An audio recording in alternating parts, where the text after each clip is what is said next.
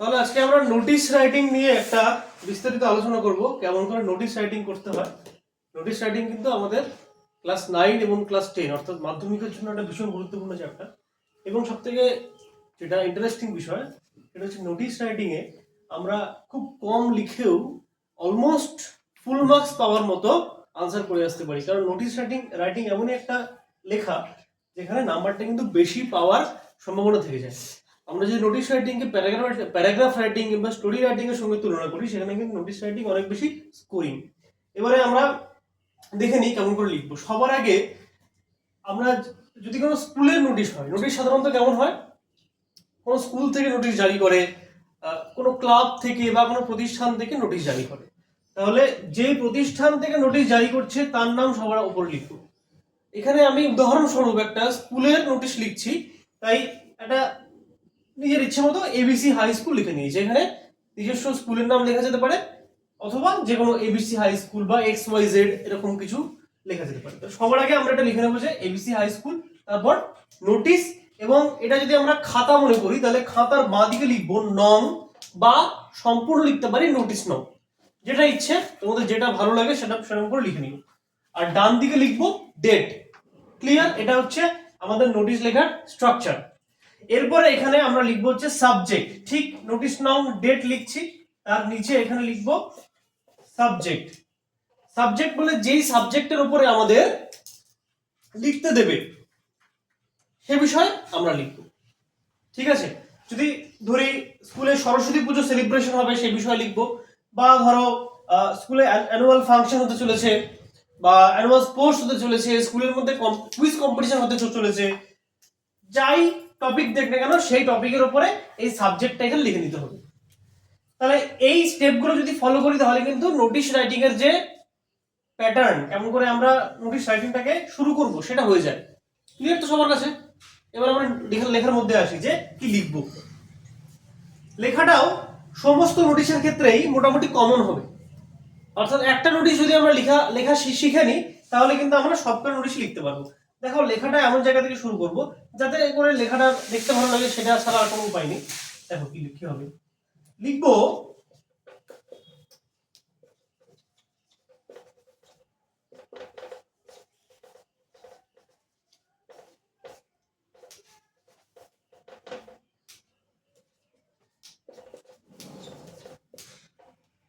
দেখো, ইট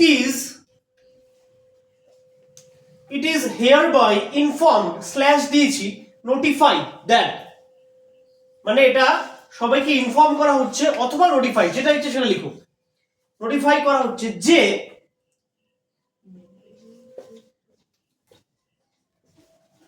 our school is going to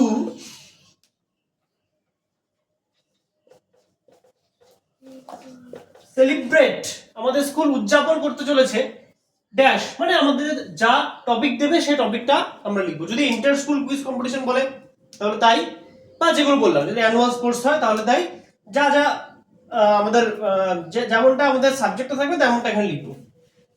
ঠিক আছে? আবারও বলছি, ইট ইজ হিয়ারবাই ইনফর্মড অথবা notify that our school is going to celebrate দিয়ে টপিকের নাম বা সাবজেক্টের নাম। তারপরে আবার লেখা চলবে, তারপরে যেটা লিখতে হবে সেটা হচ্ছে যেই টপিক, সে টপিক সম্বন্ধে কিছু। যদি অ্যানুয়াল স্পোর্টস হয় তাহলে সে অ্যানুয়াল স্পোর্টসটা কবে হবে, বা যে ইভেন্টটা হচ্ছে সেই ইভেন্টটা কবে হবে, সেই ইভেন্টের জন্য প্রচুর লোকজন প্রয়োজন, সেই জন্য সবাইকে আমরা সেখানে আসতে বলবো। আমি ধরে নিই যে কোনো একটা ইভেন্ট লিখছি, ধরো আমি অ্যানুয়াল স্পোর্টসে লিখছি। ঠিক আছে? এখানে অ্যানুয়াল স্পোর্টস আমি লিখলাম না, এমনি পরের থেকে লিখছি annual sports. the event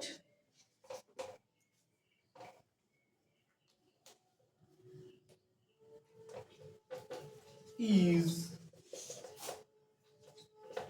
going to held on বলে একটা তারিখ দেবো আমরা। ঠিক আছে? অন বলে একটা তারিখ দিয়ে দিলাম। ধরো যাক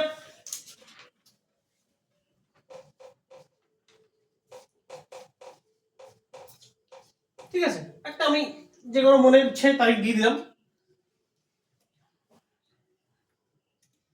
তারপরে লিখবো সেই ইভেন্ট উপলক্ষে আমরা কি কি করতে চলেছি। ধরা যাক স্কুলের যিনি হেড স্যার বা হেড ম্যাডাম আছেন তিনি সেখানে উপস্থিত থাকবেন। আরো আমাদের এলাকার কিছু বিশিষ্ট ব্যক্তিরা, ধরা যাক এলাকার চেয়ারম্যান মানে মিউনিসিপ্যালিটি এলাকার চেয়ারম্যান থাকবেন, বা যদি আমাদের থানার হয়তো যিনি ইন্সপেক্টর ইনচার্জ তিনি থাকবেন। এগুলো আমরা কিন্তু এখানে অ্যাড করতে পারি। সেই অনুষ্ঠান উপলক্ষে এগুলো এনে এই বিশিষ্ট ব্যক্তিরা থাকবেন, এবং সেই অনুষ্ঠানটা কখন শুরু হবে এবং কখন শেষ হবে সেটাও লিখবো। সেটাও এখানে আমি লিখিয়ে দিচ্ছি। ধরো the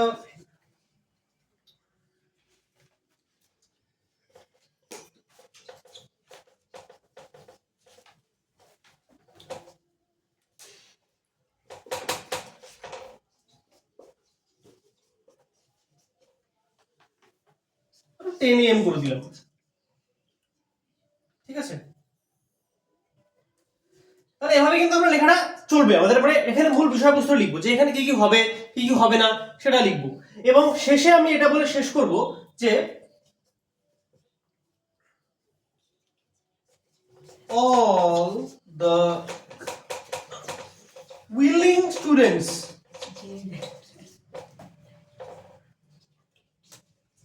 are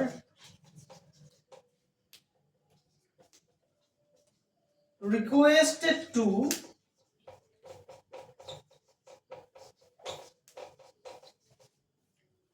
enroll their name. All the willing student, সমস্ত ইচ্ছাকৃত স্টুডেন্ট, মানে যাদের এই বিষয় নিয়ে ইচ্ছা আছে, সেটা যে বিষয় হোক না কেন সেই বিষয়ে যাদের ইচ্ছে আছে, তাদের মন আছে, আর রিকোয়েস্টেড টু, তাদেরকে রিকোয়েস্ট করা হচ্ছে বা সাজেস্টেড লিখতে পারো, তাদেরকে সাজেশন দেওয়া হচ্ছে টু এনরোল দেয়ার নেম, তাদের নাম নথিভুক্ত করতে to the undersign person, but to the undersign মানে নিচে যিনি সাইন করছেন তার কাছে নিজেদের নাম নথিভুক্ত করার জন্য সবাইকে অনুরোধ করা হচ্ছে বা সবাইকে সাজেশন দেয়া হচ্ছে। আমি একবার সরে যাচ্ছি, সবাই এতটা একটা স্ক্রিনশট নিয়ে নিও, তাহলে সুবিধা হবে। এভাবে কিন্তু আমরা একটা নোটিশ লিখতে পারি, খুব যে বড় লিখতে হয় তা না, মূল যে আমাদের বডি মানে ভেতরকার লেখাটা কিন্তু তোমাদের উপর ডিপেন্ড করছে। তোমরা যতটা ইনফরমেশন অ্যাড করতে চাও ততটা ইনফরমেশন অ্যাড করবে বা করবে না, ঠিক আছে। একটু ইনফরমেশন তো আমাদের অ্যাড করতেই হবে, নইলে লেখাটা আবার বেশি ছোট হয়ে যাবে। কিন্তু শুরু এবং শেষ এভাবেই করতে হবে, ঠিক আছে। এরপরে এটা হয়ে গেল আমাদের মেন লেখাটা। শেষ করব কিভাবে, মানে একদম শেষে কিছু লেখা আছে সেটা নিচে লেখার জায়গা নেই বলে আমি উপরটা মুছে দিয়ে করছি।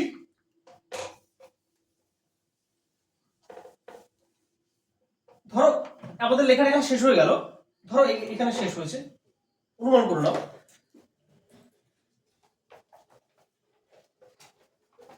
কি লিখবো এখানে?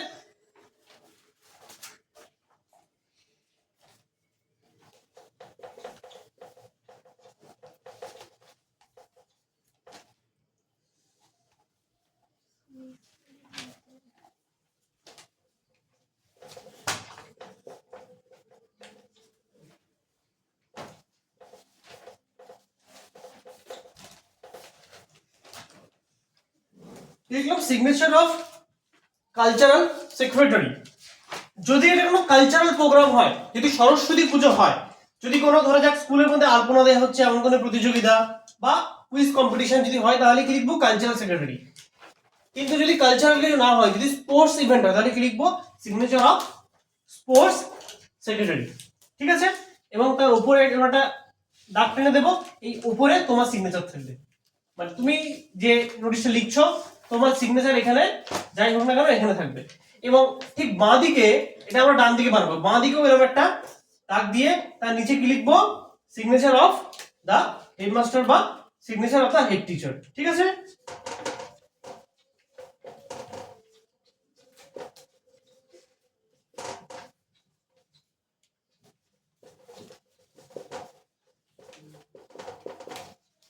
চলো এখানে লিখে দিলাম signature of the head of the institute, signature of the head of the institute, ঠিক আছে। তাহলে এভাবে লেখা যেতে পারে, বা signature of the head teacher করলেও কোনো সমস্যা নেই। তাহলে এই হচ্ছে আমাদের নোটিশ রাইটিং, খুব সহজ লেখা, কিন্তু একটা সহজভাবে কেমন করে শুরু করতে হয় কেমন করে শেষ করতে হয় সে বিষয়ে লিখলাম। এবং মাঝের বিষয়টা আমাদের টপিক অনুযায়ী পরিবর্তিত হবে। শুরুটা এবং শেষটা কিন্তু পরিবর্তিত হবে না। নোটিশ শুধুমাত্র যে স্কুল সংক্রান্ত আসবে তাই না, নোটিশ কিন্তু বিভিন্ন বিষয় সংক্রান্ত আসতে পারে। ধরা যাক কোনো ক্লাব থেকে একটা পিকনিক করবে বা ক্লাব থেকে একটা ফুটবল টুর্নামেন্ট করবে, সেই বিষয়ে কিন্তু নোটিশ আমাদের লিখতে হয় বা জারি করতে হয়। ওকে, ক্লাস 9 এবং 10 এর জন্য ভীষণই গুরুত্বপূর্ণ টপিক, সবাই এটা ভালো করে প্র্যাকটিস করবে। ওকে, এবং সবাই জানিও কেমন লাগলো।